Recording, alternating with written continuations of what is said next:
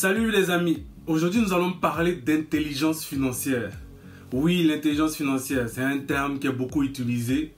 Alors, c'est quoi l'intelligence financière? L'intelligence financière, c'est la capacité à résoudre activement ses problèmes d'argent. Donc, l'intelligence financière repose sur la distinction actif-passif. Oui, je sais, c'est quelque chose que vous entendez très souvent. C'est une notion qui est apparue dans les années 2000 et qui a été popularisée par le célèbre auteur Robert Kiyosaki. Si vous ne connaissez pas, normalement tout le monde le connaît, mais si vous ne connaissez pas, c'est l'auteur de Père riche, Père pauvre. C'est le livre référence, ou en tout cas un des livres références en matière de finances personnelles. Alors, moi personnellement, je crois que l'intelligence financière, c'est la clé fondamentale pour épargner, bien gérer et fructifier son argent. Et tous ceux qui vont travailler à développer l'intelligence financière, tous ceux qui vont investir en eux pour développer cette intelligence, on va dire, atteindront leurs objectifs de vie financière aujourd'hui et triompheront de leurs problèmes d'argent demain. Oui, je sais, c'est un peu philosophique, mais bon, je pense que vous avez compris. Donc, si vous souhaitez développer votre intelligence financière, alors, tout d'abord, il faudra apprendre. Il faudra comprendre. Apprendre à faire la différence. Comprendre la distinction entre actif et passif.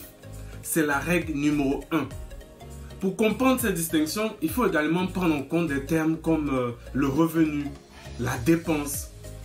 Et ça facilitera vraiment votre compréhension de l'intelligence financière. Ça facilitera la compréhension de la distinction entre actif et passif. Donc, un revenu est constitué par l'ensemble des ressources financières d'une personne. C'est l'argent que vous gagnez à la suite d'une activité. Par exemple, le salaire ou encore les intérêts. C'est-à-dire quand on va à la bourse, quand on a des obligations, des actions. Obligations, on parle d'intérêts. Actions, on parle de dividendes. Et lorsqu'il s'agit par exemple de propriété intellectuelle, droit d'auteur, on parle de redevance. Quand il s'agit de location de biens immobiliers, l'argent que vous percevez, on appelle ça le loyer. Il y a aussi les bénéfices. Quand vous avez une société, vous êtes entrepreneur, vous percevez des bénéfices. Donc ça, c'est le revenu.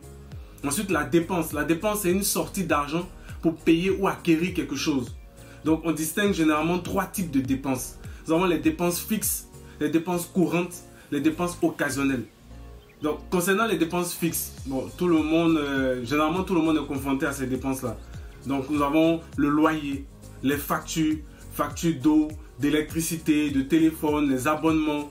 Nous avons aussi les impôts parce qu'on paye ça régulièrement. Donc, dépenses fixes, ce sont des dépenses qui reviennent régulièrement avec un certain montant chaque mois, à une période fixe. Les dépenses courantes sont des dépenses qui visent par exemple l'habillement, le transport, l'alimentation, donc les dépenses du quotidien. Ensuite, nous avons les dépenses occasionnelles, ce sont des dépenses qui ne viennent pas tout le temps.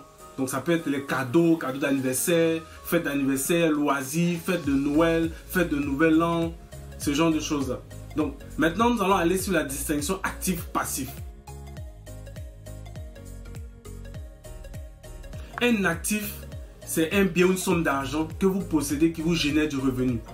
De manière simple, c'est ce qui fait rentrer de l'argent dans votre poche.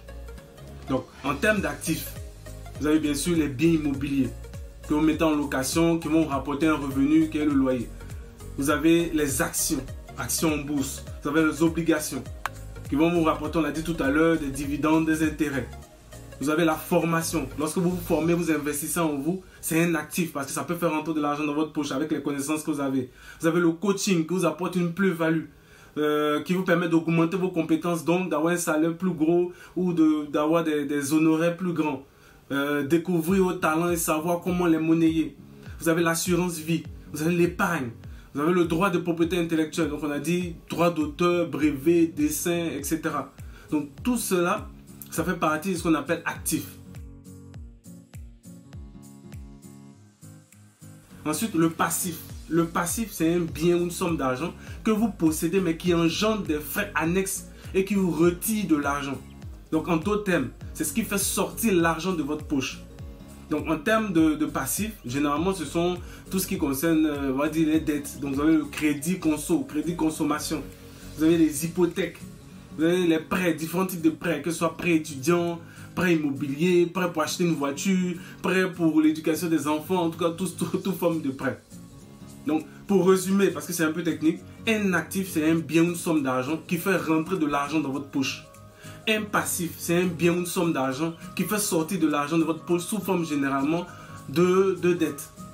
Le revenu, c'est la somme d'argent que vous percevez de votre activité. Et enfin, une dépense, c'est une somme d'argent en fait, c'est une sortie d'argent pour acheter quelque chose. Donc, en pratique, si vous achetez un bien immobilier, il sera un actif s'il fait rentrer de l'argent dans votre poche, donc un loyer. Et le loyer perçu pour vous, cet argent qui rentre de votre activité, c'est un revenu.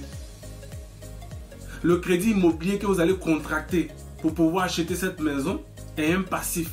Et ce passif-là, qu'est-ce qu'il va faire? Il va entraîner une dépense qui est le remboursement de la dette. Donc, ça veut dire que vous faites sortir de l'argent pour rembourser votre prêt. Si vous achetez un bien immobilier juste pour y vivre, c'est un passif. Parce qu'il fait sortir uniquement l'argent de votre poche. Il entraîne des frais annexes, donc les taxes. Vous avez le crédit à rembourser. Vous avez la taxe foncière, vous avez les impôts fonciers. Vous devez comprendre, et c'est très important. Un bien peut être à la fois actif, passif ou une dépense. Parce que très souvent, sur Internet, où il y a plein de discussions vives. Oui, ça c'est un passif, ça c'est un actif, ça c'est... Non, ça peut être un actif, un passif ou une dépense. Tout dépend, tout est fonction de l'utilisation qui en est faite.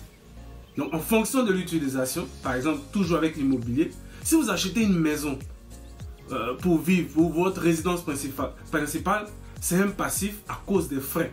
Comme on l'a dit, taxes foncières, frais d'entretien, remboursement de l'emprunt immobilier. Mais cette même maison aussi peut être un actif si vous mettez une partie ou la totalité en location. Il y a des gens qui vivent dans les maisons et puis ils ont les dépendances qu'ils mettent en location. Ça fait rentrer de l'argent dans leur poche. Donc la maison, en même temps qu'il y a un emprunt à rembourser, en même temps, il y a de l'argent qui rentre. Et ça devient une dépense pour vous si vous offrez la maison à quelqu'un. C'est-à-dire que vous avez fait sortir de l'argent de votre poche pour acheter quelque chose et vous avez donné à quelqu'un. Donc c'est un exercice qui est vraiment maîtrisé par les riches que vous devez maîtriser. Parce que comprendre la distinction actif-passif vous permettra de mieux gérer vos finances personnelles. Voilà pourquoi l'intelligence financière est très importante. J'ai déjà fait une vidéo là-dessus que vous pouvez retrouver sur ma chaîne. Donc une fois que vous aurez compris cette distinction actif-passif, vos choix financiers seront bien meilleurs. Donc pour finir, pour être à l'abri du besoin, posséder, acheter, créer plus d'actifs que de passifs. Plus de choses qui font rentrer de l'argent dans votre poche que de choses qui en font sortir. Merci d'avoir regardé cette vidéo. Laissez-moi un pouce bleu si vous avez appris quelque chose. Commentez, partagez cette vidéo et on se dit à bientôt.